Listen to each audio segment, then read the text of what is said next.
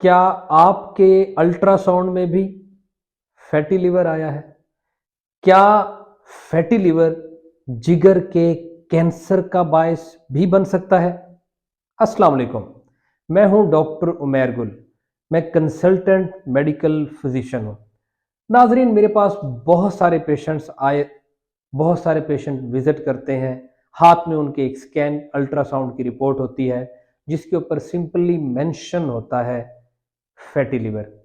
वो उसको देख के इतने परेशान हुए होते हैं और कंसर्न शो करते हैं कि डॉक्टर साहब देखें, अल्ट्रासाउंड के ऊपर फैटी लिवर आ गया है, मुझे क्या करना चाहिए? मुझे खुदा ना खास्ता कहीं कैंसर तो नहीं हो जाएगा, ये जिगर का कैंसर तो नहीं कर देगा, इसको कैसे ठीक किया जा सकता है? तो आज ये वीडियो उन सब भाइयों के लिए, उन सब बहनों के लिए जो फैटी लिवर के मसले से परेशान हैं, इसको कोई पेचीदा बीमारी समझ रहे हैं। यही वीडियो उनके इस कंसेप्ट को काफी हद तक ठीक करेगा। देखें, मोटापा जिस तरह हमें एक्सटर्नली नजर आता है, मोटा होने से हमारा जिस्म बाहर से हमें मोटा नजर आता है, इसी तरह विसरल फैट, हमारे जो अंदरूनी आज़ा हैं, इनके ऊपर भी फैट चर्बी चढ़ना शुरू होती है। ये फैट जिगर के गिर्द भी हो सकती है, अंतड़ियों के गिर्द भी हो सकती है और दिल के आसपास, दिल के गिर्द भी हो सकती है।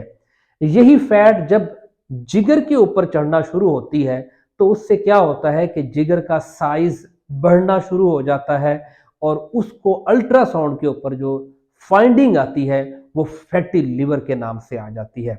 हमारा लाइफस्टाइल, हमारी डाइट इस तरह की है कि इसमें ये कोई बड़ी बात नहीं है कि मेजॉरिटी पेशेंट्स जो हैं, मेजॉरिटी लोग हैं, अगर उनका स्कैन करवाया जाए तो उनका लिवर फैटी ही निकलेगा। और इसमें ये जरूरी नहीं कि कोई पेशेंट बहुत हेल्दी है, उसका वेट ज्यादा है तो उसका फैटी लिवर होगा। फैटी लिवर एक विसरल फैट है। ये जरूरी नहीं कि मोटापा बाहर से ज्यादा है तो ही फैटी लिवर होगा। मैंने ऐसे पेशेंट्स भी देखे हैं जिनका वजन बहुत ज्यादा नहीं होता, लेकिन उनका स्कैन करवाने पे पता चलता है कि उनके जिगर के आसपास फैट है, फैटी लिवर है। तो ये चूंकि अंदरूनी चर्बी है तो इसका बाहर वाली चर्बी के साथ रिलेशन हो भी सकता है, नहीं भी हो सकता। अब अगली बात जो जरूरी मैं आपको यहां पे समझाने की कोशिश करूंगा कि फैटी लिवर निकल आना कोई इतना बड़ा मसला नहीं है। किसी भी पेशेंट को अगर स्कैन के ऊपर फैटी लिवर नजर आता है या वो देखता है तो अगला स्टेप हमेशा ये होता है कि हम उस पेशेंट के कुछ और टेस्ट करवाते हैं।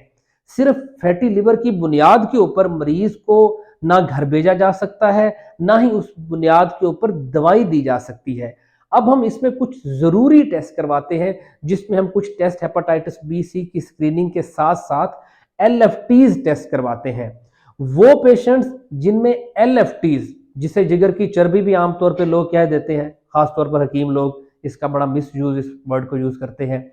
अगर इन पेशेंट्स के एएलटी एएसटी लेवल भी रेज आते हैं, लिवर एंजाइम इनको बोलते हैं, ये भी मतलूबा मिकदार से 2 to 3 टाइम्स बढ़े हुए आते हैं और साथ में इन पेशेंट्स को फैटी लिवर भी है, ये वो पेशेंट्स हैं जिनका इलाज भी होना चाहिए, जिनकी एहतियात भी होनी चाहिए और इनके लिए ये अलार्मिंग है। ये वाले पेशेंट हैं जिनका इलाज होना चाहिए और ये खुदा ना खास्ता ये वाला फैटी लिवर, अब इसे हम बोलते हैं नॉन एल्कोहलिक स्टीटोहेपेटाइटिस नैश।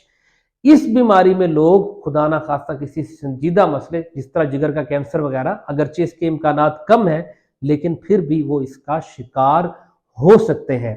तो बुनियादी तौर पर समझना यह है कि सिर्फ फैटी लिवर इतना बड़ा इशू नहीं है। वजन कम करने से फैटी लिवर ठीक हो सकता है, लेकिन अगर किसी पेशेंट को फैटी लिवर के साथ साथ एएलटी एएसटी, उसके लिवर एंजाइम्स बढ़े हुए हैं, 2 से 3 गुना बढ़े हुए हैं, साथ में फैटी लिवर है, तो अब इस पेशेंट को संजीदगी से लेना चाहिए, इसका ट्रीटमेंट करना चाहिए, इसके और टेस्ट करने चाहिए और इसका इलाज इंतहाई जरूरी है। तो ये वो वीडियो थी उन पेशेंट्स के लिए जो फैटी लिवर के हवाले से परेशान थे और इसको समझना चाह रहे थे कि ये कितनी खतरनाक बीमारी हो सकती है। उम्मीद है आपको ये वीडियो अच्छी लगी होगी। वीडियो अच्छी लगी तो लाइक के बटन के ऊपर जरूर प्रेस किया करें और अगर आप चैनल पे नए हैं तो सब्सक्राइब करें।